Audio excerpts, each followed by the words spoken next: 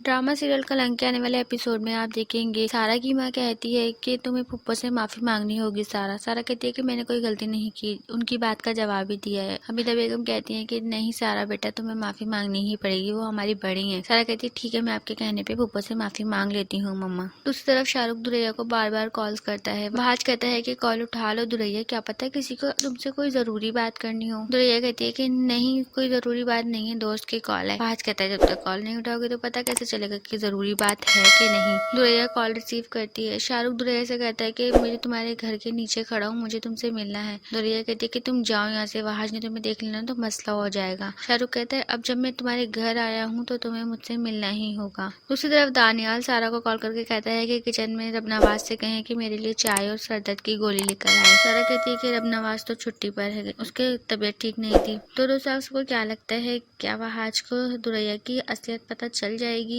Comments करके हमें जरूर बताएं।